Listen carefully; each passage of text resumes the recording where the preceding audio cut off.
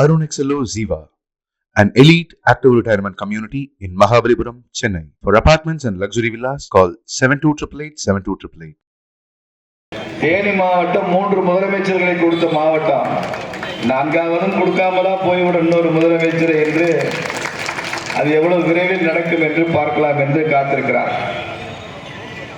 இந்த திமுக என்ன பண்றான், காங்கிரஸ் என்ன பண்றான்னா, அந்த அம்மாவாவது பூச்சாண்டி நீ சாப்பிடுறது குழந்தைக்கு சாப்பாடு கொடுத்தா, இவன் என்ன பண்றான் நவீன மூணுகண்ண இங்க பாரு பிஜேபி பூச்சாண்டி அப்படின்னு பயன்படுத்தி குழந்தை சாப்பிட வேண்டியதை இவன் தின்னுட்டு போயிடறான். அதான் பிரச்சனை. இந்த பூச்சாண்டிட்ட இருந்து உன்னை காப்பாத்துறதுக்கு நான் தான் இருக்கேன். திமுக மாத்திரம் தமிழ்நாட்டில் இல்லைன்னா இந்த பிஜேபிக்காரன் ஒரு ரத்த காட்டேரி கொம்பேரி மூக்கன் அவன் அப்படியே உன்னை ஒண்ணும் இல்லாம பண்ணிடுவான். நாங்க தான் உன்னை பாதுகாப்பா வச்சிருக்கிறோம். இப்படி சொல்லி சொல்லி நம்ம ஊர் பாய் அப்படியே பார்க்கிறார். ஓ உண்மைதான், திமுக மட்டும் இல்லைன்னா இந்த பிசி பாண்டியனும் இந்த ராஜபாண்டியும் மேடையில் இருக்கிற வினோத்குமாரும் நம்மளை ஒண்ணும் இல்லாம பண்ணிடுவாங்க. அப்போ நம்மளை காப்பாத்திக்கிட்டு இருக்கிறது யாரு? இந்த பெரிய குளத்தில் இருக்கிற திமுக காரன் தான் நம்மளை காப்பாத்துறான். அதனால அவனுக்கு அப்படியே அந்த உடன்பிறப்புகள்லாம் ஓட்ட போட்டு இந்த பிஜேபி காரனை ஒண்ணும் இல்லாம பண்ணி அரசியலை விட்டு ஒழிச்சிடணும், அரசியலை விட்டு அகற்றி விடணும். இப்படி நம்ம ஊர் பாய் அதை நம்புற. ஆபரேஷன் சிந்தூர் இது இந்தியா பாகிஸ்தான் மீது தொடுத்த ராணுவ நடவடிக்கை இல்ல, போர் இல்ல. இந்தியா பயங்கரவாதிகள் மீது நடத்திய போர். It is an attack on terrorists. பயங்கரவாதத்திற்கு எதிரான போர் இது, பாகிஸ்தானுக்கு எதிரான போர் இல்ல. அதுதான் ஆபரேஷன் சிந்தூர். இது வழிகாட்டியவர்கள் 2 பெண்கள் என்பது கூடுதல் சிறப்பு. இந்த ஆபரேஷன் சிந்தூருடைய இன்னொரு வெற்றி சொல்றேன் கேளுங்க. காஷ்மீர் முதலமைச்சர் உமர் அப்துல்லா, அவர் நம்ம நாட்டை பற்றி என்னெல்லாம் பேசியிருக்காரு தெரியும். அதை விட அதிகமாக பேசியவர் ஓவைசி, ஹைதராபாத்ல இருக்கார். அதை விட நாங்கள் இந்தியாவா, அது எங்க இருக்கிறே எங்களுக்கு தெரியாது, எங்களுக்கு திராவிட நாடு தானே தெரியும்னு பேசின ஏவா வேலுவை கேபினெட்ல வச்சிருக்கிற நம்ம ஐயா ஸ்டாலின். இந்த ஆபரேஷன் சிந்தூர் இவர்கள் எல்லோரையும் தேசிய கொடி ஏந்த வைத்திருக்கிறது, தேசிய கொடி அணிவகுப்பு நடந்திருக்கிறது. மிகப்பெரிய வெற்றி.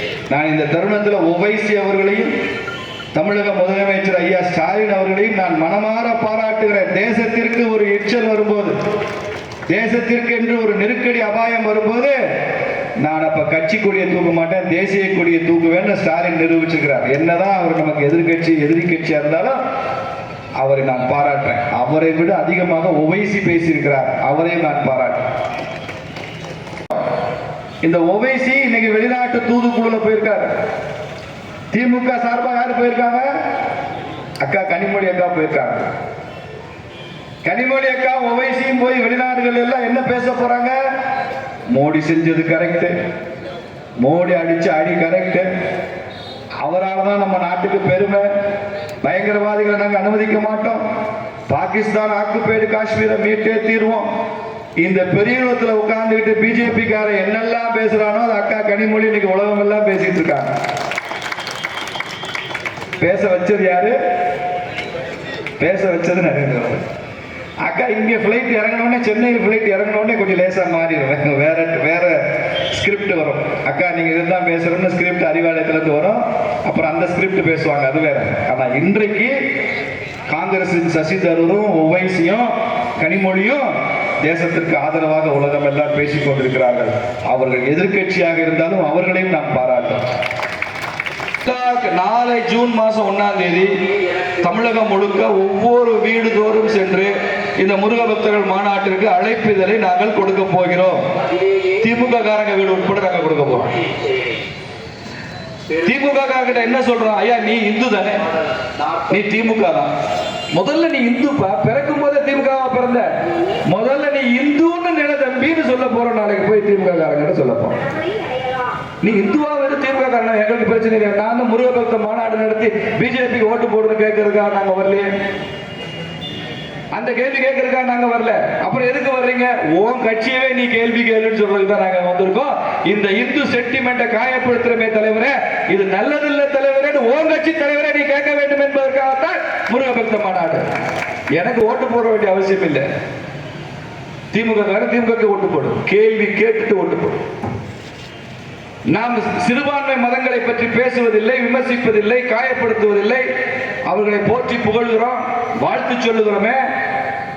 பெரும்பான்மையா இருக்கிற இந்துக்களையும் அதே மாதிரியாக வாழ்த்து சொல்லி போற்றி புகழ்ந்து அவர்களை விமர்சிக்காமல் வாழ்ந்து விட்டு போவதில், அரசியல் நடத்தி விட்டு போவதில் நமக்கு என்ன கஷ்டம் தலைவரேன்னு திமுக காரங்களை பார்த்து கேளு.